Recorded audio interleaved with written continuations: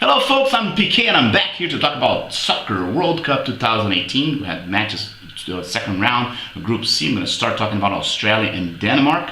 They made a very good match, a very even match, I must say, with Eriksen, Sister and Delaney for Denmark having a great start, playing really well. They scored a goal right away in minute 4th with Eriksen with a great kick that the goalie Ryan was not able to save. During the first 20 minutes, Denmark had the upper hand. They played very good soccer, and I even thought they were going to score more goals.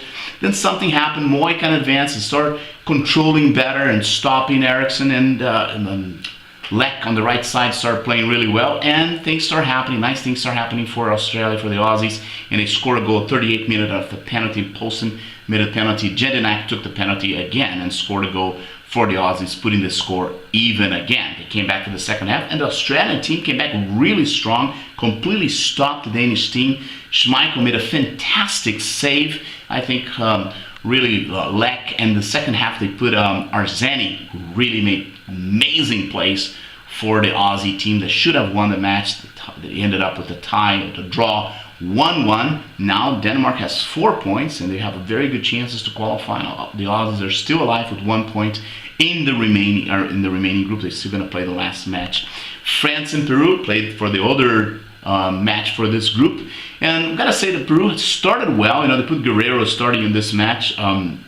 I gotta say that Guerrero does not have the same chemistry that Farfan and Carrillo have up front. Peru started well, played the first 10 minutes, dominating France, but then the French team started controlling, and Pogba started playing really well. Mbebe making the plays, and Kante playing a little better than the last time, and the French team controlled the match and started playing really well. Minute 34, Mbebe scored a goal, the first goal for the French, and that's it for the first half. 45 minutes, France took the lead and ended 1-0 in the first half. But on the second half, the Inca carousel started playing really well with Cuevas, with Tapia, Flores, and the Peruvian team started dominating.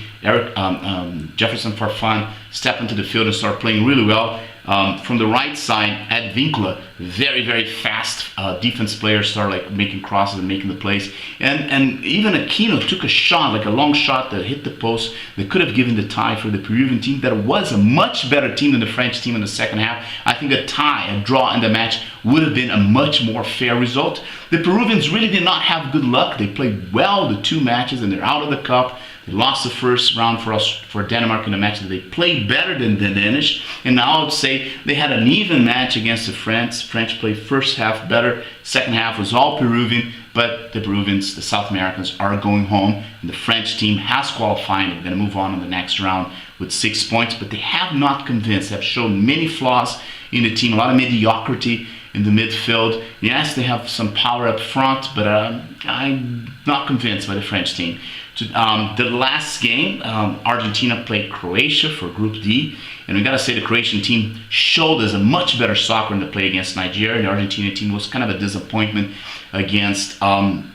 Sampaoli, the coach, made many changes for the match. He took Di Maria, Bilio, and Rojo out. Rojo, who's a player who should not even be playing in the Argentine, and he put Perez, Cunha, and Mercado there, but things did not click for Argentina. In the first half, things were kind of even. Mesa had 2 chances. I think he was probably the best player in the Argentina team in that match. He had 2 chances and missed both shots, but Croatia played better. Argentina was able to handle and not allow the Croatians to score, and the match ended 0-0 in the first half.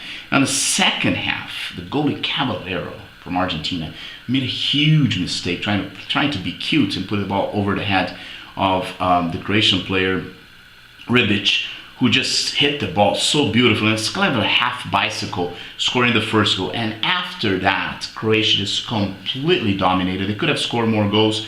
They ended up scoring at 35th minute when Modric dribbled 2 players and scored like he was dancing tango with the Argentinian defenders and scored a second goal.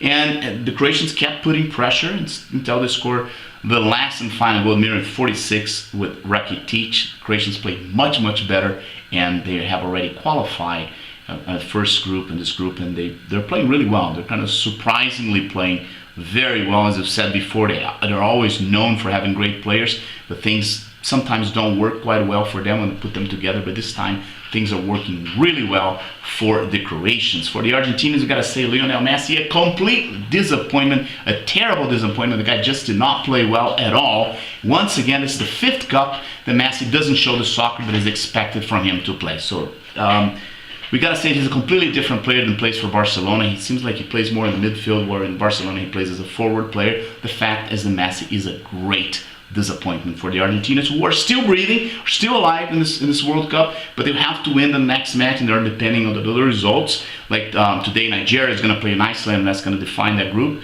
If Iceland wins, things are going to be really tough for Argentina. They'll have to beat Nigeria in the last match by a 4-0 goal. And the Nigerian team has probably a better team than Iceland. They have players like Keith Abalde, who did not play in the last match. I hope he plays this time.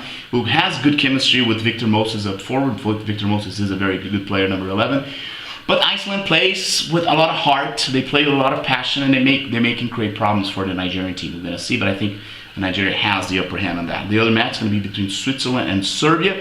Gotta say, a very even match. Anything can happen. The Serbs won the last match, so if they win this time, they are going to be qualified. So the Swiss are going to have to try to stop them.